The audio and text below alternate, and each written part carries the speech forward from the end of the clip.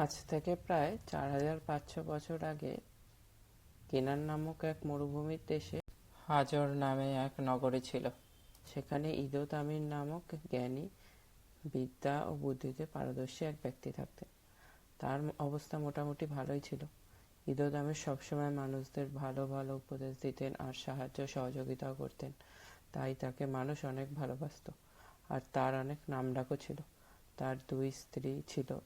প্রথম স্ত্রীর নাম ছিল জাহাদ তাফার, যিনি কোনান দেশের জেরিকা নামক আর এক নগরীর কন্যা ছিলেন। প্রথম স্ত্রী হানান, কিবোর, বারাক, আহাব, হিরাম, নাথান, জাবির, লাবান, হারান, জাকান এবং আদেল তামির নামে 11টা পুত্র সন্তান ছিল। কনিষ্ঠ পুত্র আদেল তামিরের বয়স তখন 7। তখন হঠাৎ এক দুরারোগ্য ব্যাধিতে ইদো তামিরের প্রথম স্ত্রী মারা যান। উনি এতে খুব শোকাহত হন আর বিশেষ করে আদেল তামিরের জন্য চিন্তিত হয়ে পড়েন খুব। তাই আদেল তামির এর দেখভাল করার জন্য তিনি জাহাদ তাফেরের বোন সারাই তাফারকে বিবাহ করেন।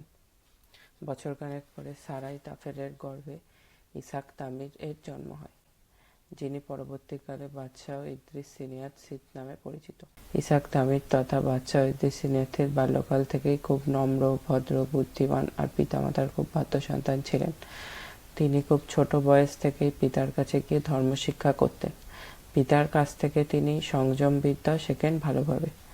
তাই তিনি সহজে কোনো কিছুর প্রলোভনে পড়ে নিজের পদস্খলন ঘটাতেন না। এছাড়া নৈতিক চরিত্রের দিক থেকেও কিভাবে উন্নত হওয়া যায় সে বিষয়ে এক পণ্ডিতের কাছে গিয়ে বিদ্যা রপ্ত করতেন। আর তার প্রখর মনে রাখার ক্ষমতাও ছিল। এইভাবে তিনি খুব ছোট বয়স থেকেই জ্ঞান গরিমায় উন্নত হয়ে উঠতে থাকেন। এছাড়া পণ্ডিতের কাছ থেকে শিক্ষালাভ করার জন্য নৈতিক চরিত্র প্রভূত উন্নতি হয়ে ওঠে তার। আর এর পাশাপাশি তার বুদ্ধির ভাণ্ডারও ছিলেন। তিনি তার বুদ্ধি দিয়ে লোকজনদের অনেক সমস্যার সমাধানও দিতেন। এইভাবে লোকেরা যেমন তার পিতার কাছ থেকে সাহায্য পেত, তেমন তার কাছ থেকেও সমস্যার সমাধান পেতে থাকলো। তাই অচিরেই তিনিও তার পিতার মতোই লোকজনদের কাছে অনেক ভালোবাসার পাত্র হয়ে উঠলেন। এছাড়া তিনি পিতাকে কাজে সাহায্যও করতেন। মাতাকে গৃহের কাজে সাহায্য করতেন। যেহেতু তাদের কোনো বোনও ছিল না, তাই তাদের মাতাকে সাহায্য করার মতো বাড়িতে কেউ ছিল না।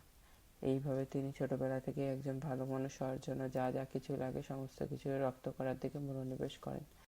এই জন্য তিনি পিতার কাজ সেরে এসে আবার গৃহে মাতাকেও কাজে সাহায্য করতেন। এই সমস্ত কারণে তাদের পিতা ইসাক তামিরকে মন থেকে একটু বেশিই ভালোবাসতেন। তাই এই 11 ভাই ভাবত যে পিতা বোধহয় ইসাককেই তার সমস্ত সম্পত্তি দিয়ে দেবেন, তাই ওকে যে করেই হোক সরাতে হবে। যদিও তাদের পিতা কখনোই কাউকে তার সম্পত্তির প্রাপ্ত অধিকার থেকে বঞ্চিত করার কথা ভাবতেনও না, কিন্তু ইসাক তামিরের ভাইরা পিতাকে ভুল ভাবত আর ইসাককে খুব হিংসা করত।